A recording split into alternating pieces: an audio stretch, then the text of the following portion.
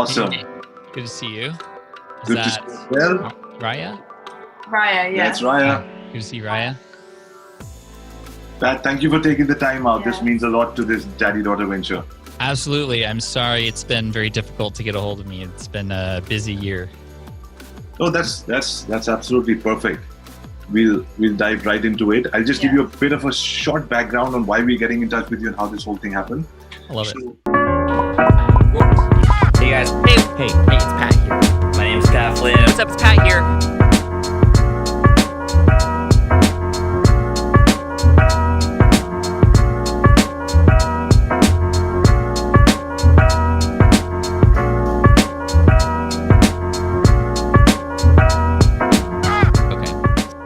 I'm, as the white beard says, I'm 42 years old. Story started when I was 18, all the way back in India, born and brought up in India. All I wanted to do in life as an 18-year-old was to race street cars. Dad used to go to sleep to take his car out and race cars, organize races, all of that. I thought I'm a business person. Dad didn't think so. He said, ultimatum, join my business or get out of the house. I joined his business. It was a small hotel in the middle of Delhi. This new phenomena on the market was called the internet. Started exploring, dabbling in it for a few, and we started getting some queries, got all in, and to cut the long story short, business exploded in the next 3-4 years. Dad took 40 years to build his first small hotel. After I joined his business, we discovered the internet. Next 5 years, we built 4 properties. We still own and operate those properties. That changed the lifestyle, that changed everything. That changed my equation with somebody who wanted to throw me out of the house. Now was having strategy meetings with me. All of that happened. Then we started a travel company and every online business possible. I was still in my 20s by then. That's when new companies like TripAdvisor and Facebook and Google and Expedia started coming to India. And they wanted me to come and speak for them. I started speaking. And then people started coming and saying that we love what you're talking about. Can you do this for us? That's when in 2019, we gave birth to Internet Moguls, which was a 4-member agency, which did well in the last 10 years. Now we're a team of 225, plus one who's recently joined us. And So what attracted me to your podcast and all of them were the affiliate marketing, all of them later. But you always said you wanted to build a system to be able to work from home because you wanted to spend time with the family.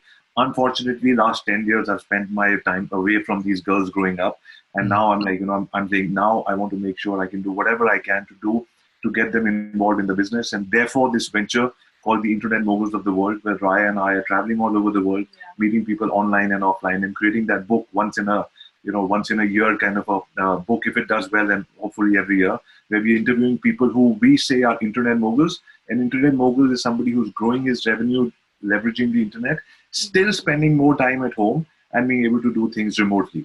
So welcome to our third show together. We've interviewed 2 people, and our third show together. And Raya would like to start with her questions. Yeah. So what was your main inspiration and goal to how you started? Where did you originally start? What was the main goal?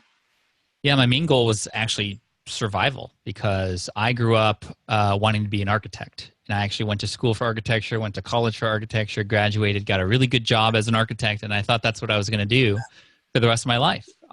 But in 2008, I got laid off. So I lost my job, and I had to figure out how to survive. Nobody was hiring any architects at the time. So what I did was I got inspired by a podcast that I heard about this thing called the internet, and you can create a business on the internet and help people and get paid for it. So I then took some knowledge I had about an exam that I took as an architect. I put it on a website, and I was spending 12, 16 hours a day, not only putting information on that website, but also being very involved in forums. So there was a lot of architecture forums, and a lot of people were trying to figure out how to study for this exam. And I would just spend all my time answering as many questions as I could. And the funny thing was I started to be seen as an expert on this exam. I didn't pass with flying colors. I barely passed the exam. But because I was the one publishing and because I was the one researching for everybody, I was seen as the expert. And then all of a sudden I started to notice that when people were asking questions about the lead exam, other people would come in and say, oh, just wait for Pat. He'll come on and answer it for you, which was really interesting. And then more people started asking for questions, and I thought, maybe I could package this and sell it in some way. So I put all that information that I knew about this exam in an ebook, and I sold that on my website for $19. And in the first month that I published that book in October of 2008, I made $7,908.55 Wow. from a $19 ebook. And it just blew me away. I didn't realize this was possible. And so from there, I started to add more products. The business started to grow. And then it was about not survival anymore, because I was actually making more money doing that than I was in architecture. It was about thriving. How can I then form this business in a way that will allow me to spend more time building other businesses? And then I started a family. How do I spend more time with my family? So I started to learn about how software can be used as a tool to help you automate things, how hiring other people can help you do things so that you don't have to do them. And oftentimes they can do them better and faster than you. And over time, I've just started to build this empire of new businesses, and then building out Smart Passive Income, which is where a lot of people know me from now, to share everything I've been learning. And that's where most people know me from now, from my podcast, my books, my blog, my YouTube channel, and my speaking. And I'm just here to help other people realize that we all have the power to do this. I think it just takes a combination of, number one, knowing the knowledge that you have that you could share with others, and number two, really going out there to find the people who need that help, and then just marrying the two. And then that combined with, wanting to make sure that you spend time in your life doing what you want to do. Because I know a lot of business owners who are successful, they have a lot of money, they have a lot of employees, but they're not happy. And they're not happy because they're not spending time with their families, or they're in a business that they don't enjoy. And so in addition to helping people solve their problems, you need to also understand, well, what would make you happy? And when you can kind of combine those two things, magic can happen. Awesome. Wow. So Pat, now we're into, you started all that while ago. Now we're in 2019. The internet in many parts of the India still seems like it was what it was 15 years ago. A lot of people are still discovering newer opportunities, vernacular languages, smaller towns, smaller cities all over the world. But at the same time, there's enough information on YouTube from channels like yourselves. The overwhelm that I've seen is people go to hundreds of channels, millions of conferences, and then eventually end up doing nothing. Is there a roadmap or a blueprint you could suggest, saying, follow 3 people, follow their guidance for 3 months. If it doesn't work, then go to somebody else. Because I see people going all over the place, like infobesity, if that's the right word. Yeah, this is very common, and we are in the era of information overload now, and the way to battle that is to pick one person who is where you want to be, and just learn everything you can about them, how they got there, and see if you can get involved in anything that they might have to offer, whether it's products, courses, coaching, just anything that if they're where you want to be, why would you go anywhere else? Right. And the trick is, it's hard because there's this other person who's doing good things here, and there's another person over here who's doing really good things, and this person, and there's so many things, and we get overwhelmed, and you might pick and choose a little from here and a little from there and a little from there. When you focus on one, you will benefit from having all your energy going toward one path. Got it. But it's hard to let go of this person here who's doing cool things. It's hard to ignore this person who's doing good things. So we have FOMO, right? Fear of missing out. And we have this fear of like, oh, this person might be the next key. This person might be the next key. You got to pick that one person, and then not have FOMO, but have JOMO, the joy of missing out, JOMO, and actually feel grateful that you can make a decision to, oh, I'm not gonna pay attention to this other thing right now because this is my path. Oh, that other thing looks cool, but you know what? My time is precious. I'm focusing on this path. You got to stay on that path. And that's going to be the key. And that's where you're going to excel much faster than somebody else who's kind of just all over the place. I mean, you think about a car, right? You mentioned a car earlier. If all the tires were going in different directions, which direction would you go? You'd go nowhere. It's when all the engines and all the tires are pointing in the same direction, and you have, 4-wheel drive, then you're off to the races, right? Yeah. Okay. So my next question would be, where did you get the idea of your book, Super Fans, and what was like the original goal or message you were trying to get across? Yeah, so two things related to that, and thank you for asking about that.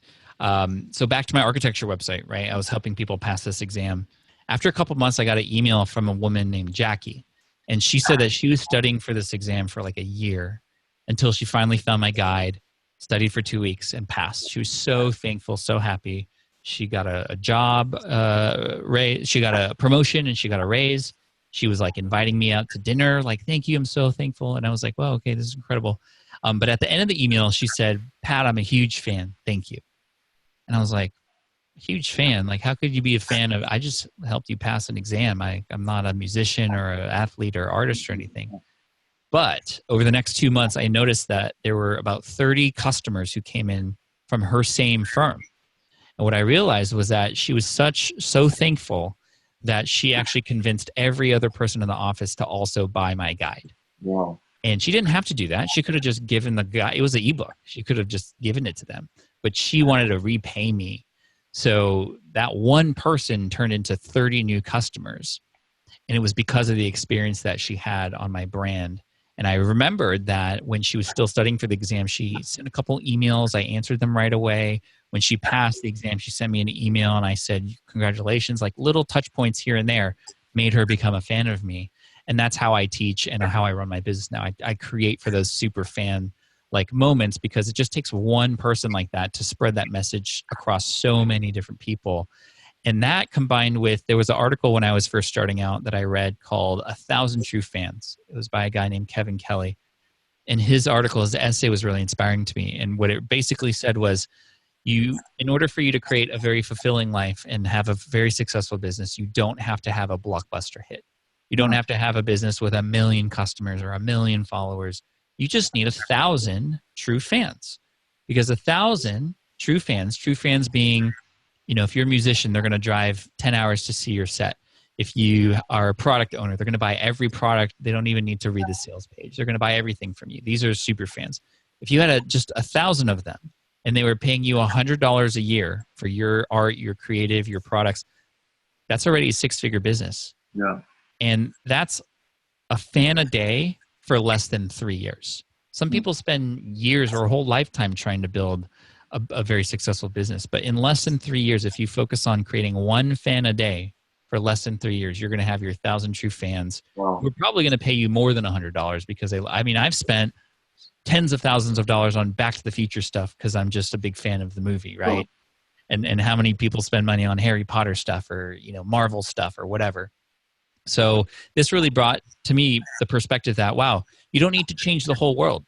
You need to change somebody's world. So pick a little world, like what I did with the architecture exam, and just be their go-to person and create those experiences, those magical moments, those Disney-like experiences to help people not just get help and not feel just inspired, but feel inspired to go out and share that message with everybody else too. And this is how I feel businesses should be run today, especially in today's crazy environment of social media. There's algorithms getting in the way. There's a lot of people who are subscribed to my YouTube channel, but they never see my videos because that YouTube doesn't want them to. They want me to either pay for that or create 10 videos a day to make that happen. And I'm not going to do that. So when you have super fans, however, they're going to consume everything and they're going to go out of their way. This is your insurance policy for business. This is no matter what happens to technology, your super fans are going to be there for you. And not only that, you can then do bigger things with them. Like I've been able to build schools around the world because of the super fans that I've built on my one business. We rallied together. We build schools in different parts of the world. And like your mission becomes much bigger than your business when you have super fans. It's amazing. So this is why I feel super fans is much needed in today's business environment.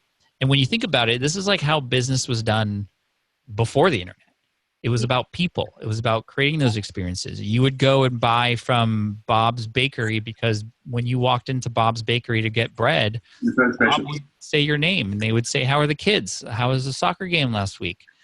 Even if a supermarket opened up and the bread was cheaper, you would still go to Bob because Bob and you have a relationship. Right. Yeah. We're forgetting about that today, but I want to bring that back. Awesome. Awesome. Love that. So, Pat, when it comes to list building, email list building and all of that, because that's how you start. So, I mean, Ryan and I start a new venture and nobody knows us and we have list building. So we are currently using a 52-week webinar strategy. Every week we're doing a webinar, we're building lists, answering questions and all of that.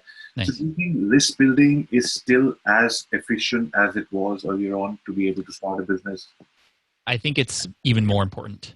Okay. This is when you build a business on Instagram, when you build a business on Facebook or Twitter, you're building on somebody else's sandbox, right? And they could do whatever they want with that sand. When you're building an email list, it's yours.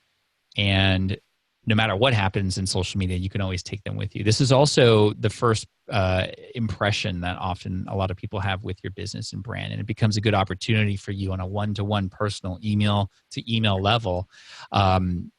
Really provide a ton of value in a quick moment to help them realize that you're the person that they need to continue to open emails for, that you're the person to continue to buy from, that you're the person they should listen to. And really what we have available to us now that makes this so powerful is segmentation.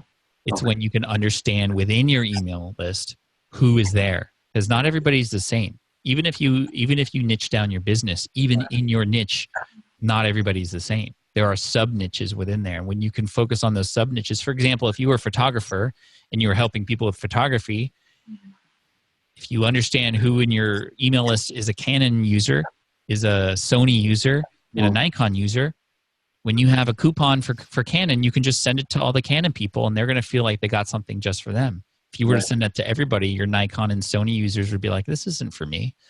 So when you can understand who is in your list and the kinds of problems that they have or who they are or what their interests are and how they differ from the other sub niches, it's going to make your messaging that much clearer. It's going to feel like every email was written just for them. And this was a big discovery for me over the recent years because my email list was just one big bucket before. And I would come out with advanced articles, like advanced SEO, and I would send it to everybody.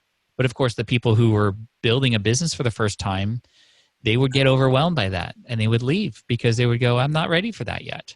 And then the other way around, if I built something for the beginner and I sent it to my advanced people, they would go, oh, I'm way past this stuff. I guess I've outgrown Pat Flynn now.